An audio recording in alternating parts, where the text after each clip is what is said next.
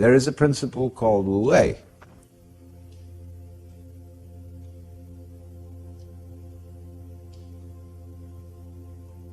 And this means,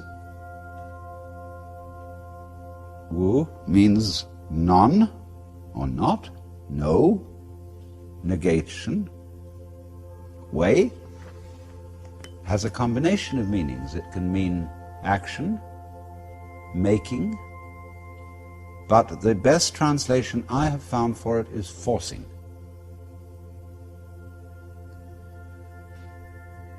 And so Wu-Wei is the principle of not forcing in anything that you do.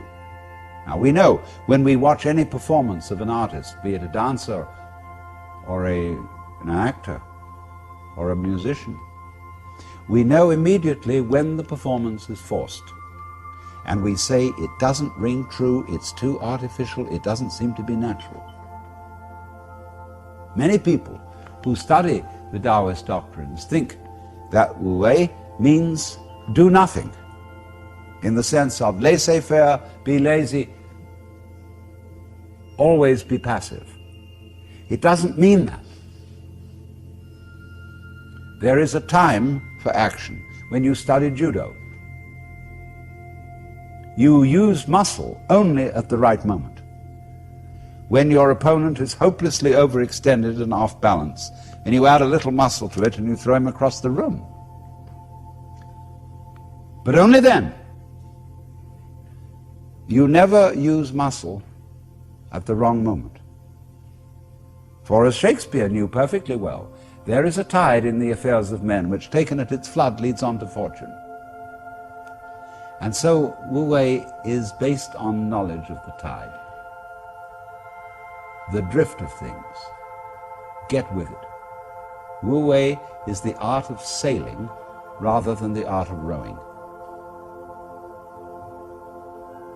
So, if you say now, one of the most famous sayings in the Lao Tzu book is, superior virtue has no intention to be virtuous, and thus is virtue. Inferior virtue cannot let go of virtuosity, and thus is not virtue.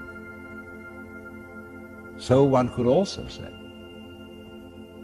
the real Wu-Wei is not intentionally Wu-Wei, and so is Wu-Wei. But inferior Wu-Wei so tries to be Wu-Wei that it isn't. In other words, this is saying Wu-Wei is not a matter of cultivated passivity or even of cultivated spontaneity, because there are people who think that they are released, that they have realized that they are the Tao, as all of us in fact are, or that you are, to put it into Vedanta terms, every one of us is the Brahman, the eternal self of the universe, beyond all description or classification or thought. And you say, okay, baby, I'm that. Now I'm going to have a ball. Well, what kind of a ball do they have? Well, what they do is they look up the rules on which society runs and do the opposite. Well, that's still running by the rules of society. And it's the mirror image in reverse. That's not spontaneity. You have to be able to realize that you don't know what you really want to do until you are very quiet. And it tells you. So, to quote Jesus, unless you become again as a child, you cannot enter the kingdom of heaven. And if you read the Bible, incidentally, which is a very dangerous book, as I'm going to be demonstrating in Playboy this December, but understand heaven in a very literal sense, space. See, we are in heaven now. because the earth is a spaceship, and heaven is space. What is called in Chinese gung, Japanese gu, the void. That's what is important. That most of us don't know this. Even Shakespeare has one of his characters saying, "Oh, that this all too solid flesh would melt." But do you know you are much more space than you are anything else? If the ponderable, I won't say matter, the ponderable whatever in your bodies were condensed and all put together, it would be smaller than the point of a pin.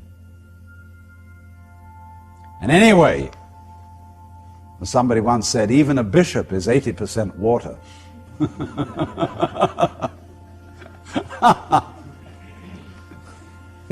We are airy nothings. So space is somehow very, very fundamental. We'll go into this in further way. But you understand that heaven is space.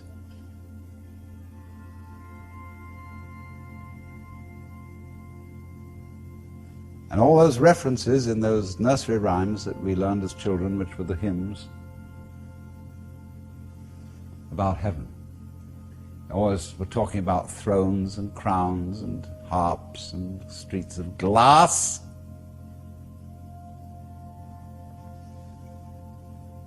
Crystals, transparencies, space. It comes down to space always. Space, which nobody can define, nobody can imagine, appears to be nothing, is the foundation of the universe.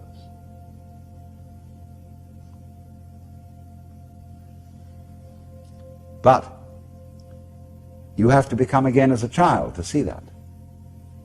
Now you go back to your childhood. What were the fascinating things? What's out there? What's beyond the stars? How long does it go on? And Mama said, it goes on always and always and always. The child wonders. He's excited. That this is something that never ends. Then the child asks about time. How long ago is long ago? Well, the Bible says that in the beginning God created the heaven and the earth. Well, what did God do before he did that? Well, as one person said, he sat up thinking punishments in hell for people who ask silly questions. But still, that is only a joke. And the child thinks of God going back and back and back forever, never beginning. So in the same way you think about death. Go to sleep and never wake up. Never.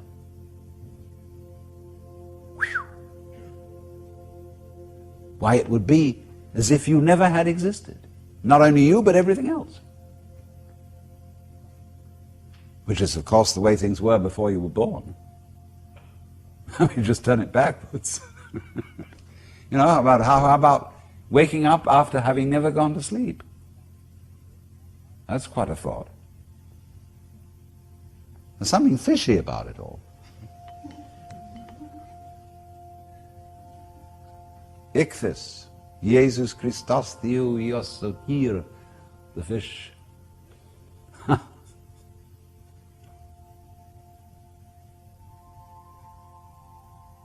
So we get a funny feeling when we think those questions really through. Very funny feeling.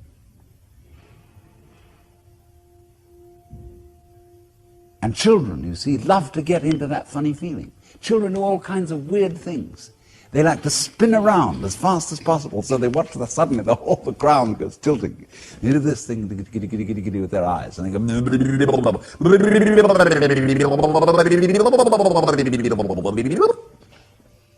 and they make faces and test out their bodies in all sorts of funny ways, because they know from the beginning that the world is weird. strange thing. Because everybody knows what it's all about, only they won't admit it. Being brought up is being taught not to admit it, because you know very well what's going on. But in order to find out once more as an adult, you have to become again as a child. So what does that involve? It means, ladies and gentlemen, would you please check your ideas and opinions at the door, first of all. All your philosophical and religious views, all your logic, because I say check it at the door advisedly, because you can pick it up again when you go out if you feel unsafe without it. I'm not trying to argue you out of your opinions and views. I'm merely suggesting that for the sake of an experiment, you temporarily suspend them. And view what is as if you didn't even know how to talk. Red is not red, blue is not blue. Hard is not hard, soft is not soft. Male is not male, female is not female. There is just this jazz.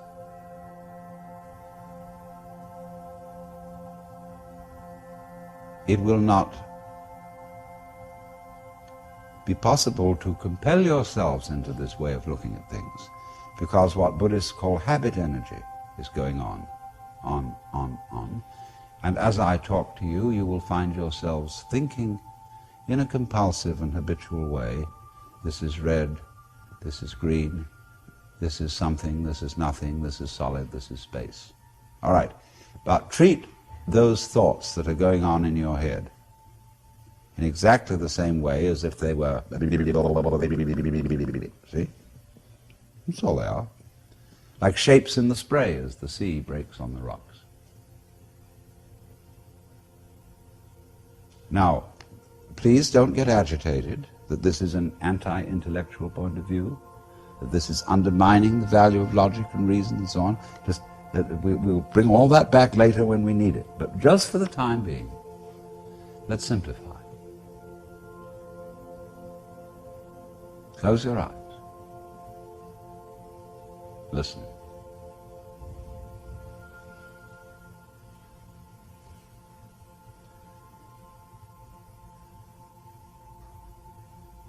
What is?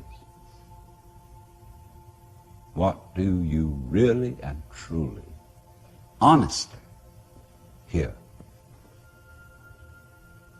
Don't name it. Just as if it were music. Classical music.